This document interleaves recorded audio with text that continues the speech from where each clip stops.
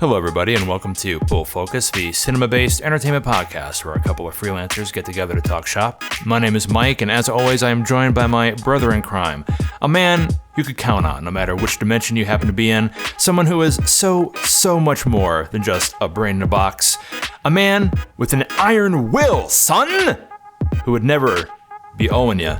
Ladies and gentlemen, Mr. Robert Andrus. Thank you so much. Sit down. Let's just jump right into this donkey fest of delightfulness. What are we talking about today? Oh my goodness! You know what? You on your opening speech. Oh, thank you guys. Just sit down. Good. Thank you. But yeah, like Owen Wilson, he's back on the cinema screen. Yeah, it's interesting, huh? That's pretty fun. I haven't seen him in a minute. I haven't seen him in a few minutes. I can't remember the last time that I saw him on in front of me when I wasn't like watching something like I don't know, the Jackie Chan movies they did back in the day, or Shanghai Noon and Nights. Yeah, man. I don't know. He's always so much fun to watch, but there's always the Owen Wilson version. The Owen Wilson version of really trying to understand where and why. And how. The man is constantly confused. I don't think it's his fault, but he just has that look on his face where he's lost. This is his upset voice as much as it is his seduction voice. And his happy voice. The man, look, anybody who has the capability. I'm not doing it justice. Anybody who has the capability to be kind of like has a career like he's had in the past, and he's dealt with his own stuff too. I think that especially with like the title that we're going to talk about today, he definitely was pulling up some demons that he had to deal with back in the past. The character that he plays in this is somebody who is not a stranger to drug abuse, depression, and some other things. It's interesting, Andrus, how I see a very large reflection of real life in this title that we're going to talk about. And you know what? Maybe that's the point. It's supposed to be a colorful look about how escapism and science and drug use and bipolar disorder can make the world a better place. I don't know if it's a better place as much it is an alternative. I like that. Reality. I mean that's how I'm gonna say it. Not a better place, but an alternative. Ladies and gentlemen, we're talking about Bliss. Picture in my head of a place. I don't know if it's real, but it has a feeling, and the feeling's real. Hi, my love. Hi, Dad. I wanted to talk to you about my graduation. I'm gonna be there in the bleachers. I'm gonna see you in your... Let me, how about I call you back? Okay. Taking the day off in here? The boss wants to see you. I get a whiskey, double. You're real. Sorry? I want to tell you something really cool.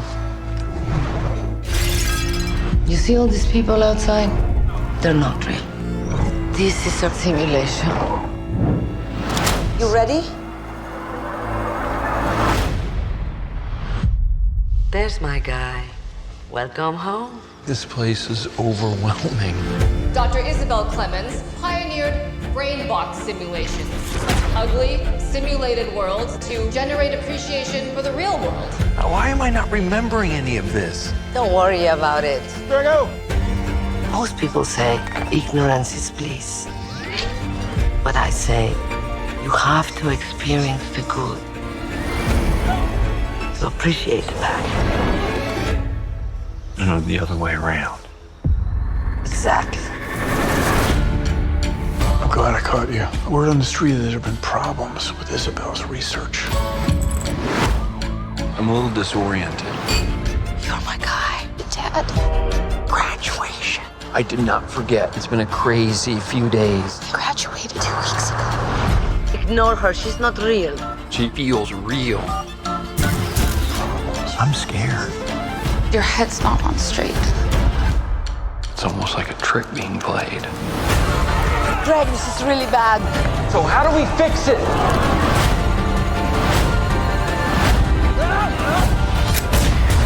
One of these days, you're going to have to choose between these worlds. It's amazing how easy humans can get used to even something spectacular.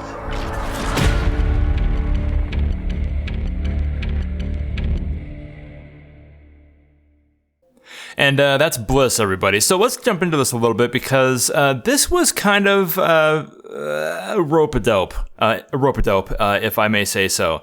This is kind of like a situation where we do have a really cool production story about how this movie came to play. We have very capable, competent actors headlining it. And we do have like a pretty good premise. Let's read from IMDb. A mind-bending love story following Greg, who, after recently being divorced and then fired, meets the mysterious Isabel, a woman living on the streets and convinced that the polluted, broken world around them is a computer simulation. Andrus, we're talking about a take on the Matrix that is definitely an interesting take, where we have, this whole simulation situation where the lovely, capable, and one of our personal favorites, Miss Salma Hayek, plays Dr. Isabel Clemens, and she meets up with the very, very capable, practically non-questioned when it comes to his capability to be on the screen and provide a lot of, how can I put this? A lot of foundation for people to work off of and work with. Owen Wilson plays, and we find out later in the film, Dr. Greg Whittle. And it's the story about how the two of them rekindle a romance they had, I believe, spanning between two worlds, in which one world where the movie starts is going to be a simulation that Isabel Clemens started because the real world is so good. She thought that it would be appropriate to make a brain box machine that could cause people to hallucinate about life being much, much worse, so that over their lives, people do not lose appreciation and humility and appreciation for what it is to be alive. We follow Greg and Isabel through both worlds and realize that there's definitely some comeuppance because you can't have paradise and hell all at the same time without paying a price. The problem that I found with this movie, though, is that the way in which that message was provided was pretty lacking. And unfortunately, I think that this movie probably did happen to dabble in the cardinal sin of movie making that we have here at Pull Focus. There were a lot of gaps that were in the narrative that we were forced to try and fill in for ourselves. Andrus, Mike. Yeah. This movie's about those gaps in the narrative. That's so profound. Isn't oh my it, gosh. though? But how do you feel? Would that be as profound if it was like in the real world, or am I in a simulation? I need some crystal meth to clear my head, or some crystals. Just some crystals. You need to just breathe it out. Yeah, exactly. Speaking of breathing out, one thing I do want to breathe out is, of course, the wonderful word spoilers. Spoiler alerts! Spoiler alerts! So listen, as always, we're not going to pull any punches on the episode, guys. If you have not seen Bliss, hopefully, after listening to us, even though we are going to spoil everything about it, you still may want to see it for yourself because it is interesting. It is an interesting film. But I just wanted to put it out there. We're going to be talking about all the weird things that happened. How Greg Whittle is actually an addict, maybe. How Salma Hayek's character definitely has some sort of personality disorder and has a Napoleon complex. How the technology itself is never really ever explained.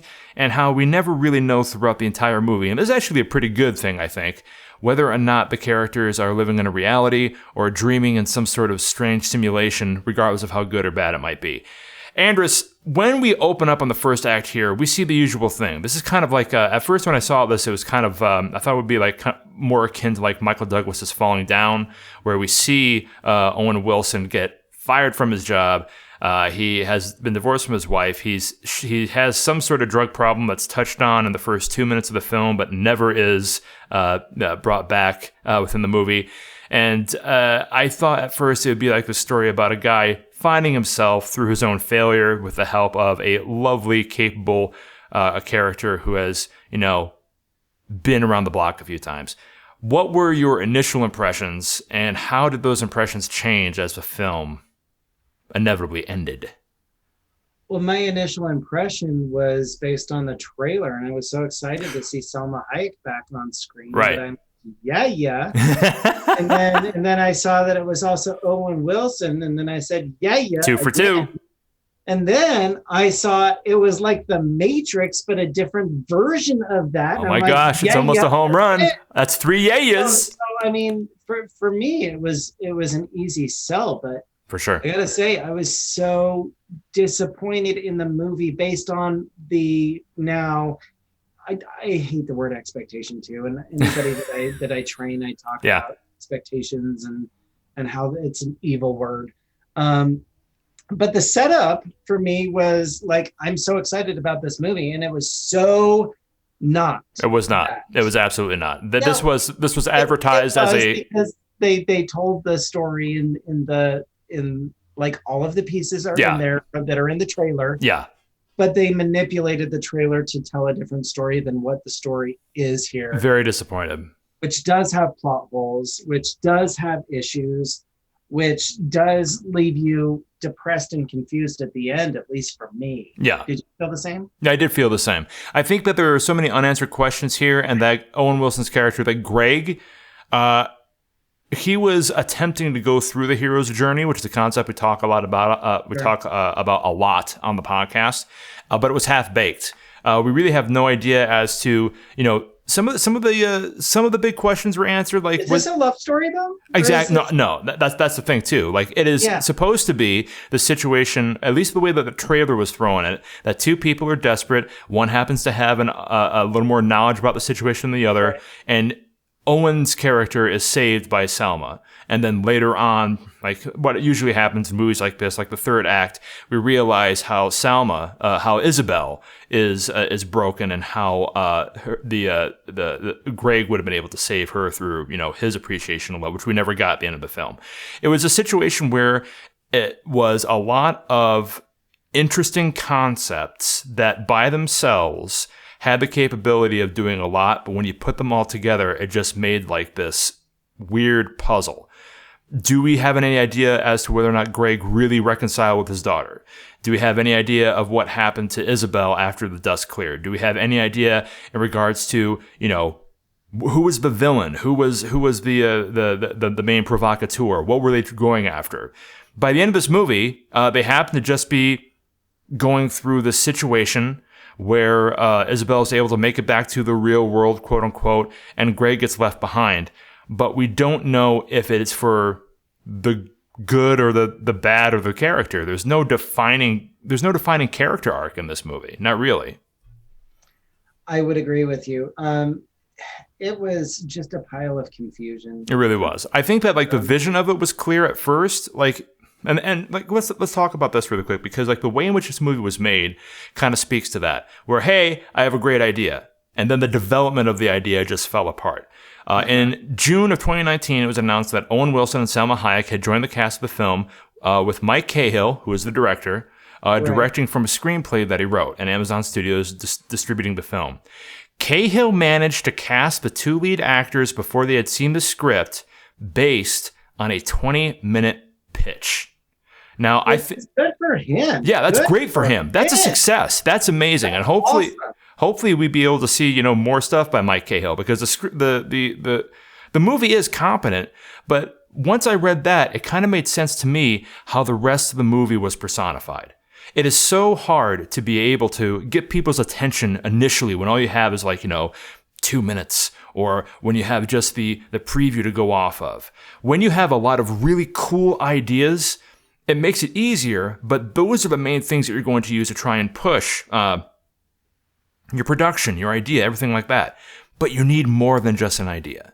You need the connective tissue. You need the story arcs. You need the capability of the characters to provide some sort of empathy so that we can see what they're going through. And you need to set up rules in the universe that you're loyal to and don't get broken. And this movie just didn't have any of that.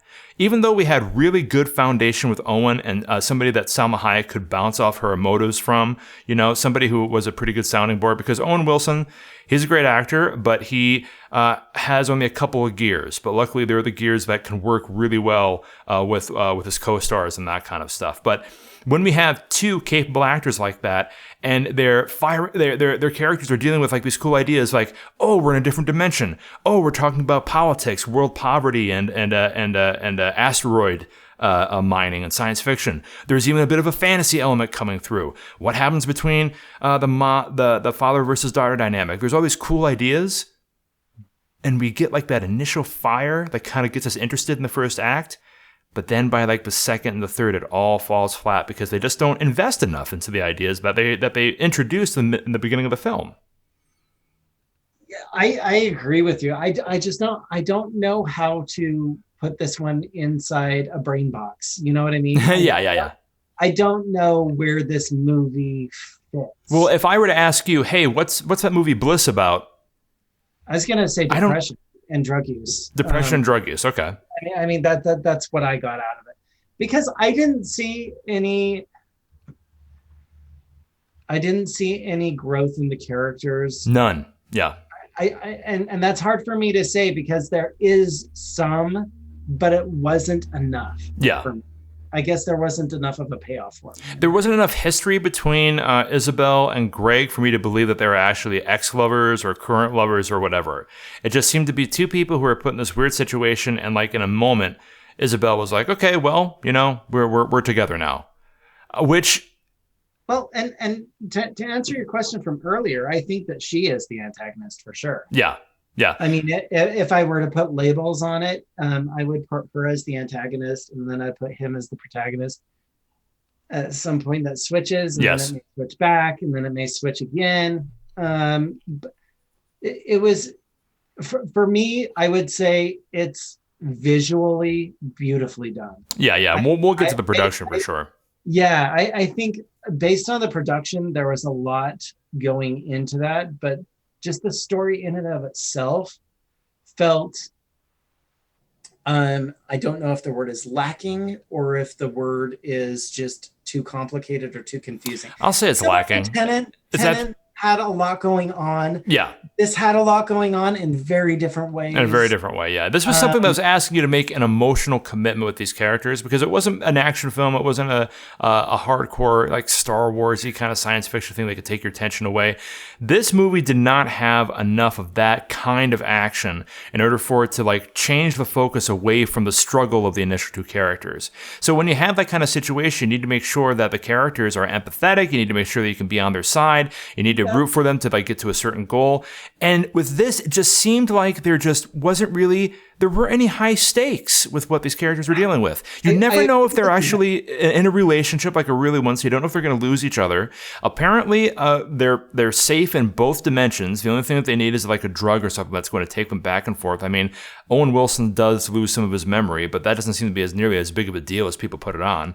It just, there was nothing that really made me worry about the safety of these characters at all. I don't think they had the chance of losing their souls, their hearts, their money, their anything.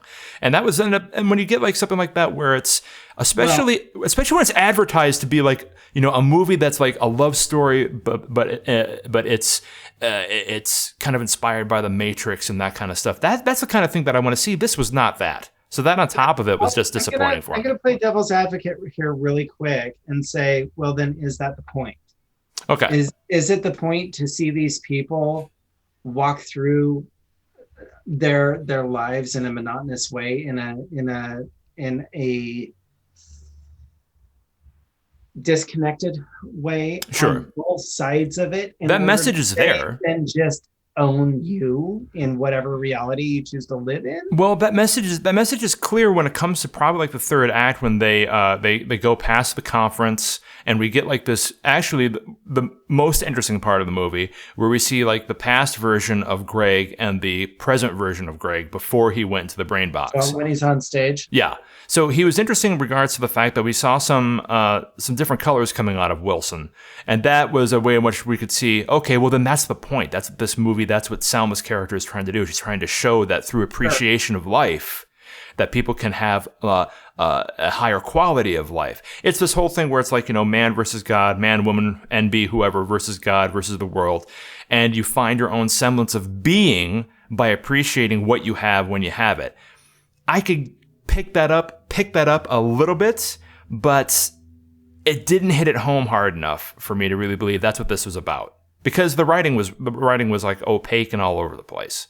And to that point too, in the last scene, when Greg finally decides to go back. His choice. Yeah. Right? And he made the choice. And Isabel is the one who's going to actually get back to paradise and get out of the simulation. Not 30 seconds ago, Greg was talking about how he's like, I'm adamant. I'm not leaving. And then he pulls a rope-a-dope and he says, wait, you know what? This terrible, monotonous, disgusting, less colored world that we're in its own way, it is beautiful. Okay, here you go. I didn't believe it for a second.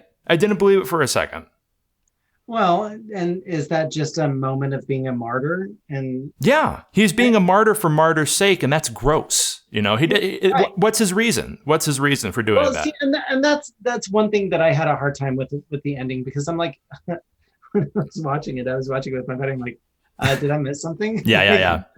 What's going on? Right.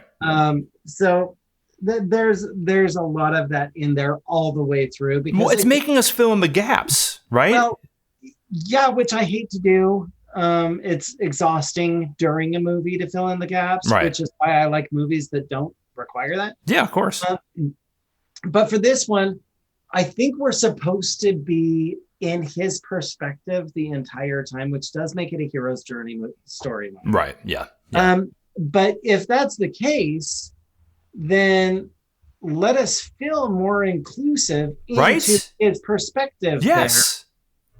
Because I felt like I was being bounced around a lot throughout all of it. So, and God bless her, she's so good. Salma Hayek is ridiculously good. Salma Hayek is so good in this, and I think they used her best qualities throughout. Because you and I were talking ahead of the record, but and I would even say Owen for this part too. They were so dynamic in their performances in what they could do in the moment. Yeah. Okay. But I think that there was also a constraint put on them in order to not go outside of the brain box too much, for lack of a better term. Outside of that world, right? Yeah. Because I loved her breakdown. It was so Her breakdown was great. And I think that Owen also had it, but it was in the Owen style of acting, which is not big. He does not emote. Owen Wilson does not emote, and that's like one of the reasons as to why I think that he does a good job when he is not by himself. And Owen Wilson has somebody who has the capability of really showing emotion, really being dynamic, like Salma Hayek is very good at being at. It works. I'm not saying this entire movie was a waste of time. He's the straight guy for the person that's breaking down. Exactly. He's always funny, and there's a little bit of humor in here. But I didn't feel for him once, going back to the comment that you said. Yeah. Am I supposed to empathize or sympathize with this character? Because I don't care. Right. Because they didn't give us a little bit more of his family life and that was the best part of his character. The best part of his character was constantly wondering. Some of the things they did well, I think, is that we never know if Greg is actually sane or not. We honestly never know if Greg is conscious in either place, really. Right. And we don't know if it's something that's brought upon because of his rampant drug use, his depression. The parts in the movie that could have really hit hard was the dynamic between him and his daughter, who was played by Nesta Cooper, who did an excellent job. Didn't have as nearly as much screen time as I thought she should have, but she had the how can I put this? Owen Wilson has a capability of being the best sounding board in the movies that he's in, because again, he has like these foundation that people have the capability of acting crazy against or emoting against. Nesta Cooper and Salma Hayek both do an incredible job of being able to emote, being able to really show that their characters are upset or, losing it or having some sort of really emotional breakdown. And the most interesting scenes in the movie are when Greg and Isabel or Greg and Emily are bouncing off of each other. But I think that when it comes to the what you're talking about before, when we're dealing with these holes and we have like these flashes where we think it might lead us down a really cool part of the story, there's just not enough. And that's kind of like the whole allegory for this entire movie. It's a lot of really great, capable ideas that could start, just forest fires of like empathy and like sympathy and things that would be interesting. The reasons that's why we watch movies, but it just ends up not hitting as hard as it could because it doesn't provide us with enough, narrative. What happened? I'm now going to say this movie is about obsession and addiction. Okay, I can follow that. I like that better than depression and addiction. It's definitely about obsession and addiction. I think the obsession, or just addiction, really. Addiction for sure, but the obsession side of it is he's only fixated on whatever he's drawn. Yeah, right. The drawings that he makes are of the brain box world, or the world that contains the brain box, whatever. Right. One that he's apparently intimate with. But he is so fixated on that, he doesn't give a shit. Absolutely about not. anything else in his life. Absolutely right. Zero. Yeah. Until he meets Isabel. And Isabel is intriguing because she's popping the bubble, so to speak. Right. He's bringing him into another idea of what it is. Well, she's giving him his next drug of choice. I'm sorry to cut you off, but he is an addict. So which is also leading to that world. Exactly. Yeah. Right? No, I think you kind of encapsulated it really well. So I think that but we don't had they focused on his family life, I would care so much more about it. Exactly. Why it was so frustrating. Listen, they can change the drug, change his focus, but they shouldn't do it until we find out what he really cares about and how hard that can really hurt the character or how hard that can develop his story. The dynamic between he and his daughter is it's hackneyed. They do such a great job when they're together, but why are they so upset? How much time has passed since he's been on the street? When did he get fired? He missed her graduation, and it was introduced in this film as being this really important thing that may give him a chance to actually get his family back, or at least start that. And she's barely upset. She finds her dad on the street wandering around, and all she does is give him a picture with her phone number on it. It's like, okay, I'll see you later. I understand that side of it, given how he was reacting to it. Okay. As somebody talking to somebody that's had an addiction problem. Sure. Get that side of it. So do you think it was like? So what was this, like an attempt at realism? I mean, it's a sci-fi movie. But it isn't. It isn't an attempt at realism, and that's the problem with it. Okay. I think because it has such a not contrary. You've got the two different worlds, and I think the story hasn't made a decision on which side of that story to really live in, or that's a good live point. in the median. That's a good point. That the choices made throughout, I think, are not committed to either side of it. So it's like he's trying to fill in all. Cahill was trying to fill in all of the boxes at once. This movie should have been called Limbo, not Bliss. That's what I'm saying. Yeah, I think you're right. I think I'm going to commit to that. I Okay. think this movie should have been called Limbo, and it would have been the perfect title. I think it would have been correct. Yeah, and that would kind of like. Also, the title doesn't make any sense. I mean, I understand the connotation, but it's a bad name for the movie. It doesn't how they represent it, but it doesn't because that's not what we get. I think at this point, just I'm going to lean on the shoulders of people who are more like I do with you every episode we do. I lean on the shoulders of people who are more savvy with this kind of thing. Looking at the reviews that we have from the Hollywood Reporter and from Variety, Frank Scheck from the Reporter said, as with both of his previous works, the filmmaker delivers an undeniably ambitious mindbender that unfortunately bites off more than it can narratively chew. And Andrew Baker from Variety wrote, Cahill gets so bogged down in hair-splitting rules and exposition that he loses track of the bigger themes. And I couldn't have put it better, honestly. Well done. Yeah. No, I agree with both of those comments as well. And here's the thing. I think that Cahill is a visionary with what he's put together. Absolutely. That he's got something there. But I do think that once he's got his vision, he should and this is me giving him whatever. He should just sit down and then readdress the more simple ideology and themes. Is this a story about love? Is this a story about family? Is this a story about a relationship? Right. Is this a story about addiction? And then just go with it. Well, that's the reason as to why everything else is there, because this doesn't have all of that. That's the reason as to why a young Spielberg and Lucas were so good together. One of them came up with these really weird crackpot ideas, and then the other one was able to say, okay, well, I know how we can glue all those together to make it something that hits. Cahill has the capability of coming up with these really, very honestly interesting, dynamic sources. The idea of this movie. It's a great idea. I love the idea of this movie. If only, and like the idea is really well personified in the trailer, but that isn't the movie.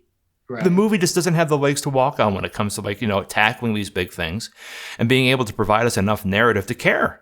And that's the unfortunate part about it. Right now, when it was going through its initial weekend, it opened up on February 5th, 2021. The review aggregator Rotten Tomatoes gave it 30% approval rating based on 88 reviews. Not doing too good in regards to that, especially. I mean, we're still waiting on it. It's only been about 3 weeks or so since the movie came out on Amazon, which will give it even more time by the time this episode gets published. But I very seldom can look at multiple sources from critics and agree with all of them. And unfortunately, it isn't like this movie is a terrible movie. It's just... And that's the other thing, is it sounds like this is a garbage movie. Yeah. I don't think it's a garbage movie. But it's definitely a lukewarm one, right? Yeah. Well, yes and no. Because, I mean, I was going to say let's go into our specialties, because I think that there's warranted value in the production itself. I think you're right. I mean, I don't think it's going to win any real awards for what's going on here, but I've got to say, don't overlook her performance in it, because Salma Hayek's great in it. She does a really good job of just playing this person who doesn't know exactly it. So Isabel is this person who at first has all the answers, but then as the proof of the situation gets more and more apparent to her, she begins to realize that she doesn't have an answer for everything, and that scares the hell out of her. And you can see that in Hayek's performance very easily, because she does such a good way of emoting. She's been doing that her entire career, and it's lovely. But yeah, let's jump into that, because I think that it's a good path to take, because we can, when it comes to the dynamic differences between the narrative plot holes, but from the competency of the production, it's like apples and oranges. Though the story is not the best, I think that Cahill does such a really good job of being able to employ simple techniques that really prove over his idea and providing us a look of some deeper themes. One of the big things when it comes to the principal photography, it began in Los Angeles, but also took place in Split, Croatia, and on the island of Lopud. And when we go through and see these beautiful tropical surroundings, and we take off the blue filter, the gray filter, whatever it was, we do for everything in Los Angeles to really bring up the grit. It's like a breath of fresh air. It's like, okay, now I get why they called it Bliss. How did it hit you when we have like this dynamic?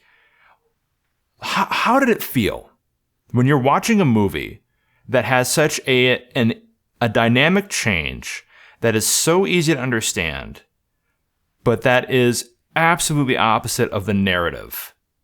Do you know what I mean? We're trying to wrap your head around the story and thinking about what you really think about it is so much harder than looking at the ways in which they just did simple tricks with photography and made it a much more positive film.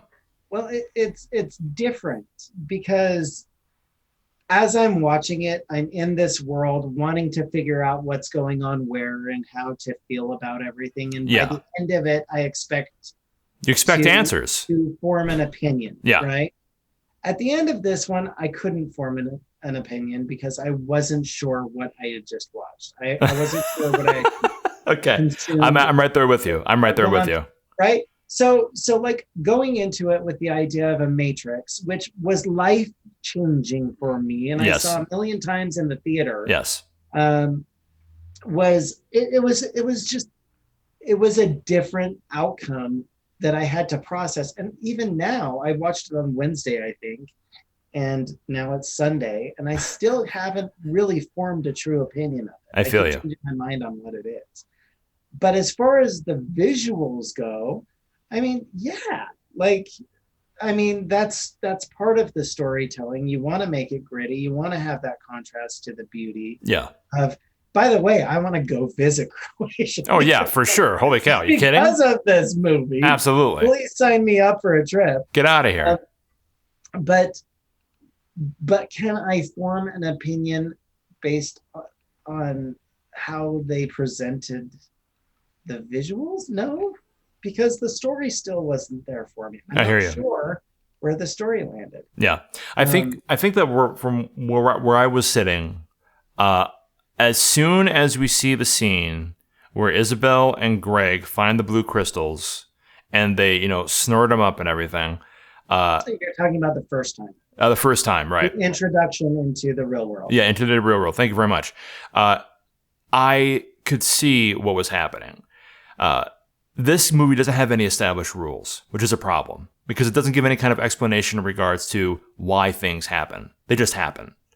And when I saw that change, when it came to the blue filter coming off and things being more vibrant and nice, everybody's wearing nice clothes and everything, I kind of got a bit depressed because I said to myself, okay, I know what's happening here. The DP is going to have to do some of the heavy lifting to make it as obvious as possible to the audience that, okay, we're actually talking about two different stories here. We're talking about contrast. We're looking these. I got that too, because they did that with the entire world, with their entire wardrobe, with their entire personality. Right. So, and I liked it. It's fine. But they were forced to make it that obvious because the narrative was all over the place. Okay. I can get on board with that. What about the supporting cast? I mean, we have a really good amount of... This is one where I'm not really thrilled with the rest of the cast as much as I am with What are you talking about? Bill Nye was in this movie. That's part of it. What? Sorry, Bill Nye's a great science guy. He's a terrible actor. Come on. I mean, he did his job. Yeah. You know what I mean? I think to take your word, competent comes to mind. Yeah. Everyone did their job in this, but there isn't anybody in there that really took my attention away from the two leads. Okay. Not one of them. Not even Nesta Cooper, who played Greg's daughter? No, not one of them. What? I disagree. I'm sorry. Why? Please tell me why. And here's the thing. Because of the scenes where she wasn't allowed to express. That goes back to what we just said before, too. But that's a story thing. That's not an actor thing. Right? Okay. So, but because... How dare you use my words against me? How dare you? I'm not doing that intentionally. I know. But I am. Yeah. The two of them, I'm going to give mad respect to both of them. Yeah, for sure. Alma blew me away again. She is so good at what she does. Yes. Owen was still Owen, and he's always interesting and whatever. In the context of this, there was a heaviness and a reality, and I think his real life influenced a lot of. Totally. I mentioned that earlier. Yeah, for those who don't know, like Owen Wilson has had his own battles with depression and with drug abuse and all this other stuff for sure. Yeah, I mean he's been pretty open about it.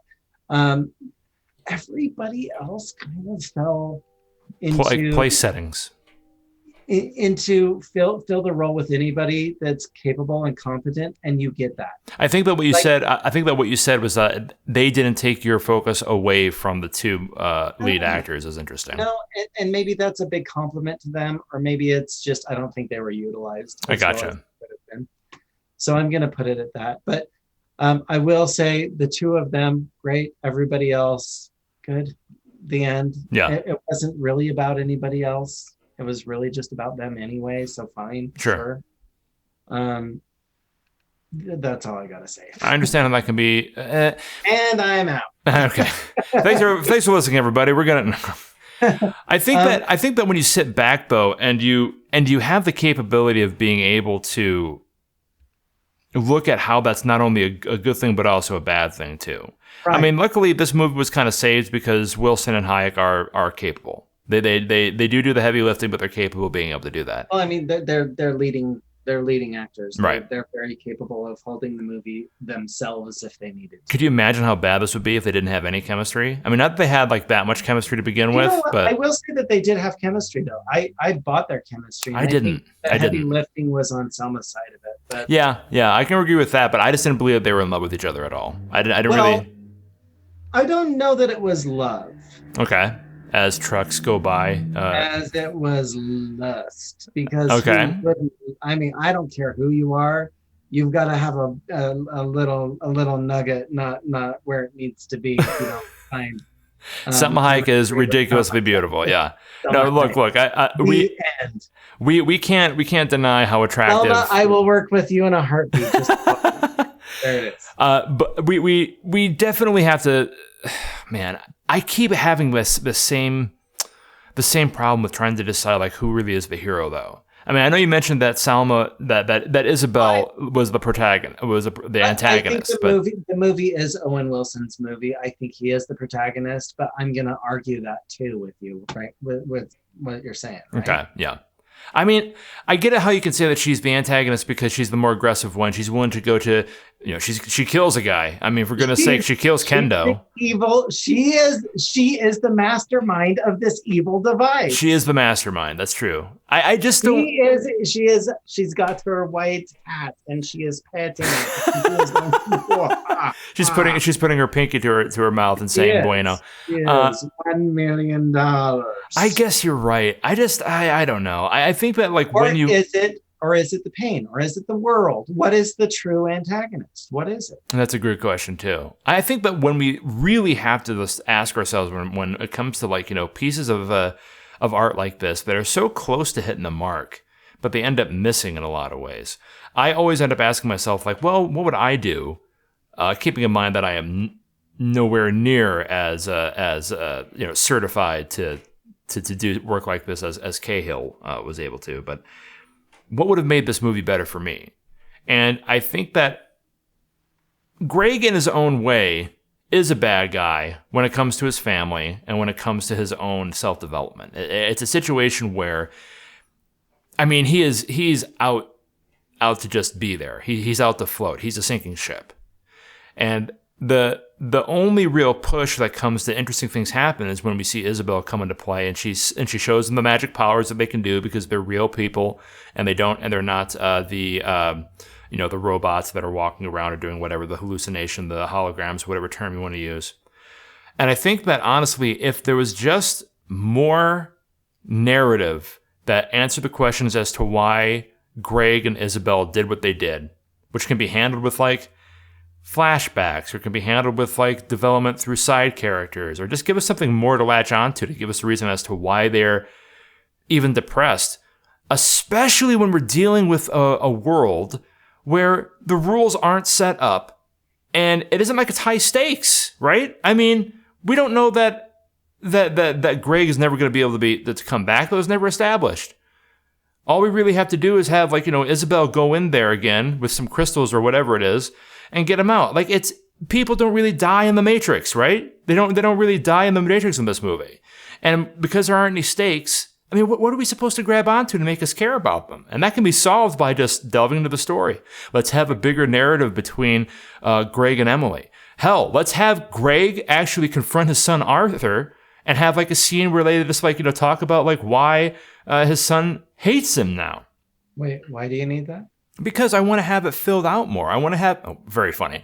First of all, because... No, but that's just it. I'm sorry. I didn't mean to be mean. You're fine. You're not being mean. I understand where you're coming from. I think you have a much better... As usual, you have a much better encapsulation of this, and you can categorize it. But I'm still confused by this movie. I'm still trying to figure out really what Cahill was trying to push. Besides just having this weak script that would give Hayek and Wilson a little room to, do stuff. It bothers me. Is it a weak script? Because yes, it absolutely is a weak script. Yes, powerhouses that agree to do it without even seeing the script. So is it a weak script? The script is weak, but it's like we were talking about before, right? I wish I could have been in that meeting. It's who he is. sales. I wish I could have been in the meeting. Cahill is a salesman. Exactly.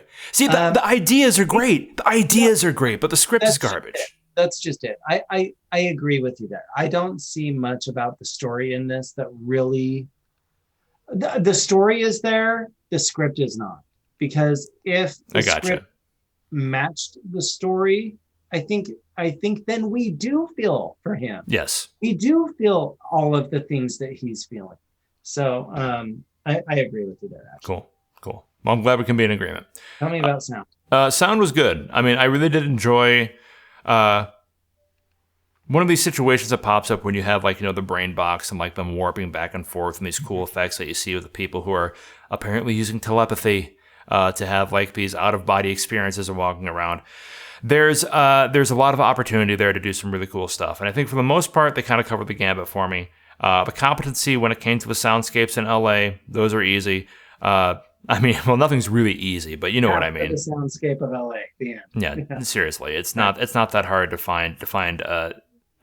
Look, especially when it comes to Los Angeles, put a microphone on the top of a roof, record for an hour, put the thing on loop. Yeah. You're gonna be okay. When it comes to there wasn't any hardcore dialogue replacement that I could hear in the film. Thank God for that. I'm glad you brought that up this time because I didn't see any other. So. Yeah, not like in some previous films where we could tell there was some obvious studio changes, but that can be hard to match. That's probably one of the hardest things to do, quite honestly. But anyway, I think that the same thing that we touch on a lot whenever we get to like my specialty is that, and I talked about this in previous episodes, is that you have to be careful about the palette, right? You have to look at what you have, and you have to make sure that you're not getting lazy when you're provided a genre, blah, blah, blah, that gives you a lot to work with. With this one, I would have liked to have seen more, heard more, actually. It looked like they were competent, and they did a lot of good stuff with the sound. Things made sense, and that can be hard when you're dealing with a science fiction genre. But I would have liked to hear, I know this is really kind of diamond cutting, but I wanted to hear the bubbles in the brain box, all the brains that were sitting there floating around. I wanted to hear more conversations. Like Owen Wilson and Salma Hayek wake up from the sleep, and they're in the middle of what looks like a community library, and they have wires up their nose and stuff. Awesome.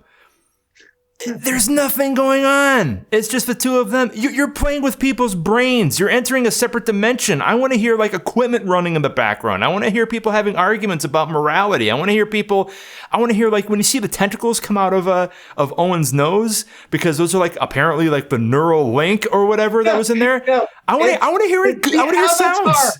It's the Avatar tentacles. The Avatar tentacles, exactly. That's what they did. One of them stayed up his nose. What was up with that? He just sniffed it right up. To be in the umbilical cord. Made me very uncomfortable. I itched my nose. It was so weird. I don't know why they chose to do that. And worse off, completely silent, which really bothered me. It really bothered me how there were some missed opportunities. All you had to do is plug in a quick sound effect. There, you're good. Awesome. Let's go to the next one.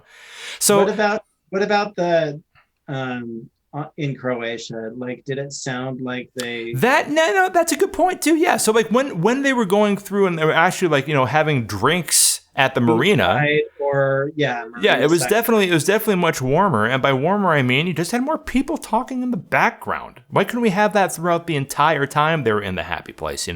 Things were a lot more warm, and that was a really good example actually in certain scenes where we talk about how very rarely does sound take the spotlight in a movie, because a lot of directors, deal with it traditionally. The biggest one that we happen to be fans of that doesn't do that is Christopher Nolan. Christopher Nolan does it very competently. We talked about how Sound of Metal, because of the nature of the film, the sound has to take a spotlight, and they did an incredible job with that, with just simplicity and just a minimalist attitude of really carrying the emotion with the soundscape. With this, I can give kudos to, the production team when they were able to move over to the happy place, because things, after a while, did happen to sound a bit warmer. There was definitely some different frequencies that were used. There was definitely more support from people talking and laughing and doing things that were in the sound bed. Lighter and brighter. Lighter and brighter. And that kind of stuff, when it reflects, back to my original point, where sound traditionally is used to reflect or offer really good support to what you're seeing visually, and you need both of them to work well. So another question that I had for you was there a standout when the worlds seemed to collide in Greg's mind or perspective? Yeah, so I think the last scene where they're at the party and Greg takes the yellow crystals that supposedly are only supposed to work in the hallucination world.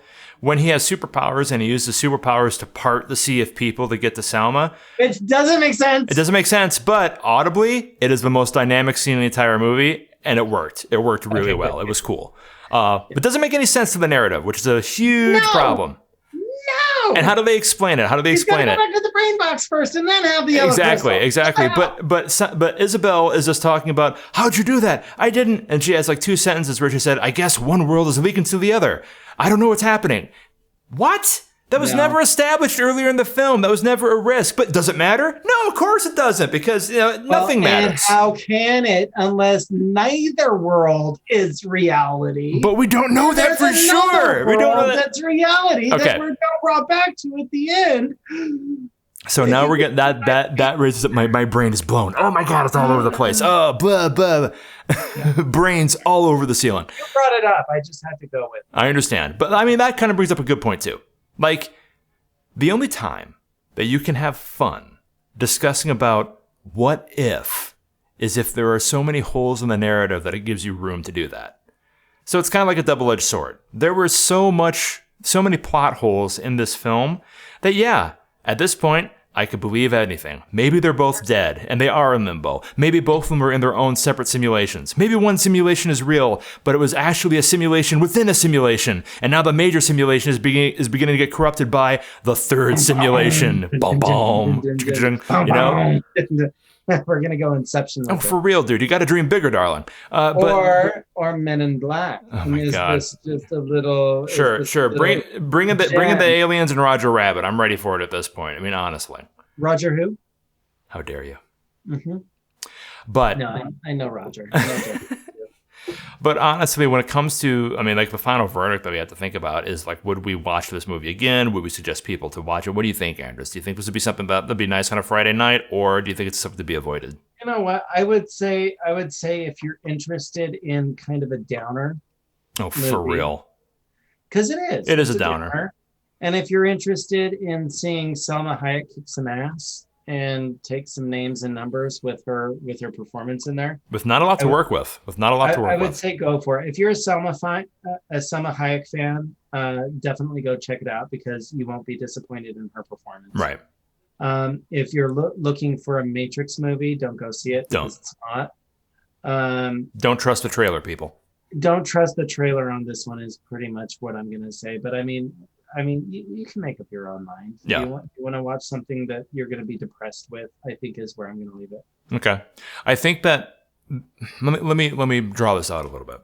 When I'm chilling at home and I find myself on YouTube or whatever, occasionally, because you and I are both like, cinephiles, of course, some of the research that I am doing is by looking at different movie scenes and stuff on YouTube. This movie is perfect for that. Go on YouTube, watch the trailer. Go on YouTube, watch the specific scenes where Salma Hayek is doing a great job of, playing a very panicked, yet capable character who is genuinely scared for the safety of herself and her experiment and her legacy. Go into YouTube and see the 1 or 2 scenes where Owen Wilson is having some really good father-daughter kind of dynamic with Nesta Cooper, and then call it a day. You don't need to see this entire movie. I don't think so. But definitely, if you want a vacation to Croatia, you could watch this. If you want a good primer for how nice Croatia can be. I want to go to the military stadium. We'll both go. Next episode, that's it. We're flying out. Get your mask on. We're making it happen. But I think that's probably about all we can say about this one, Andrus. So we're just going to, call it a day and hopefully be able to give all of you a good impression, at the very least, an honest impression of what you should come to expect if you ever, happen to be sitting at the house or, wherever, and you have Amazon on and you see the ad campaign for Bliss. Take it with a grain of salt. But as always, keep in mind, regardless of where you're watching, what you're watching, or how you're watching, remember this. We may be wrong, but it's your job to tell us. And as always, Andrus, I really do appreciate, even when it's kind of like a low-key title that we pick, and we don't have the capability of being able to, shout at each other in anger or joy or whatever, it is still nice to reflect and kind of look at the movies that we've looked at and see that they were almost there, but they were just really mostly a big maybe. But it's something that we have to talk about from time to time. But I do appreciate your time. I really am so happy to have you here and to talk with you. I'm so glad that we're able to, still keep doing this. It's been a busy, productive year for the podcast, and I think if there's one positive thing about having a really crummy year, it has been given the opportunity to talk with you about something that I really care about and being able to have my mind changed on more than one occasion from you. So I do appreciate you, brother. Thank you. Right back at you. Awesome. And also to everybody out there too, as always, we're not out of it yet, but we can see the horizon. So if you happen to be anyone who is working on the front lines during the COVID crisis, if you happen to be a caregiver, a person who delivers food, or somebody who is, just working hard and trying to make things better, we stand with you and we appreciate you. And we're really very happy to, if you're listening to us, to have been worthy of your time. And that goes out to everybody. Feel free to let us know how we're doing. PullFocusPod@gmail.com. Like and subscribe on YouTube. Follow us on SoundCloud. And let us know how we're doing. But in the meantime, take it easy, be safe, be good to each other, and we'll see you next time. Bye. Thank you. Bye.